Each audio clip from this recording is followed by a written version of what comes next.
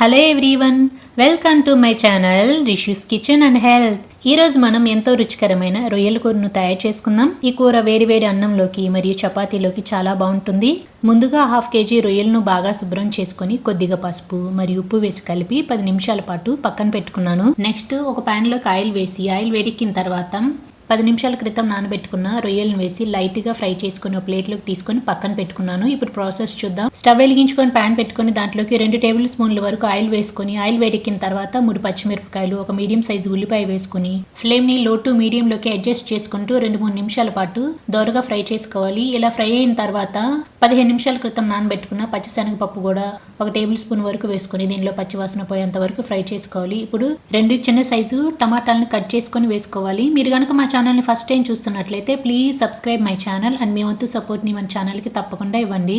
చిటికెడు పసుపు వేసుకొని 2-3 సార్లు కలుపుకొని మూత పెట్టుకొని 5 నిమిషాల పాటు లో ఫ్లేమ్లోని వెజ్జెస్ని ఫ్రై చేసుకోవాలి. 5 నిమిషాల తర్వాత మూత తీసుకొని ఒక్కసారి కలుపుకోవాలి. ఇప్పుడు 1 టీ స్పూన్ అల్లం వెల్లుల్లి పేస్ట్ వేసుకొని ఈ వెజ్జెస్లో అంతా కలిసిపోయే విధంగా కలుపుకొని దీనిలోనూ పచ్చివాసన పోయేంత వరకు ఫ్రై చేసుకోవాలి. ఇలా ముక్కలన్నీ మెత్తబడిన తర్వాత 1.5 టీ స్పూన్ వరకు కారపొడి వేసుకోవాలి. మనం ఆల్రెడీ 3 పచ్చిమిరపకాయలు వేసుకున్నాం కాబట్టి కారాన్ని చూసి వేసుకోవాలి. 2-3 సార్లు ఇలా కలుపుకొని ఇప్పుడు 1 టీ స్పూన్ వరకు సాల్ట్ వేసుకొని ఈ సాల్ట్ మొత్తం ముక్కలకు పట్టే విధంగా 2-3 సార్లు కలుపుకొని మూత పెట్టుకొని ఆయిల్ పైకి తేలే విధంగా లో ఫ్లేమ్లోని ఈ వెజ్జీస్ అన్నిటినీ ఫ్రై చేసుకోవాలి.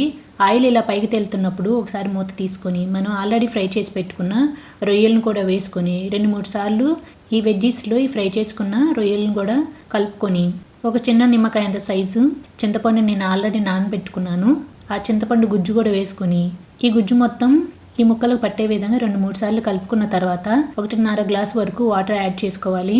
1/2 kg రొయ్యలకి 1.5 గ్లాసు వాటర్ అయితే కరెక్ట్గా సరిపోతుంది. ఇప్పుడు రుచికి సరిపడినంత ఉప్పు వేసుకొని 2-3 సార్లు కలుపుకొని మూత పెట్టుకొని మరొక కొన్ని నిమిషాల పాటు అంటే రొయ్యలకి చింతపండు పులుసు పట్టే విధంగా లో ఫ్లేమ్లోనే చిక్కగా అయ్యేంత వరకు ఉడకనివ్వాలి. ఇప్పుడు ఇలా చిక్కబడిన తర్వాత 1/2 టీ స్పూన్ ధనియాల పొడి, 1 టీ స్పూన్ ఎండు కొబ్బరి పొడి వేసుకొని ఈ మసాలాలన్నీ రొయ్యల కూరకు పట్టే విధంగా కలుపుకొని మూత పెట్టుకొని మరింత చిక్కగా అయ్యేంత వరకు బాగా ఉడకనివ్వాలి. ఇలా చిక్కబడిన తర్వాత కొద్దిగా సన్నగా కట్ చేసుకున్న కొత్తిమీర వేసుకొని మరొక 2 నిమిషాల పాటు ఉడికించుకొని స్టవ్ ఆఫ్ చేసుకొని వేడిగా ఒక సర్వింగ్ బౌల్లో తీసుకొని సర్వ్ చేసుకోవడమే. అంతే ఫ్రెండ్స్, ఎంతో టేస్టీగా గుమగుమలాడే రొయ్యల కూర రెడీ అయింది.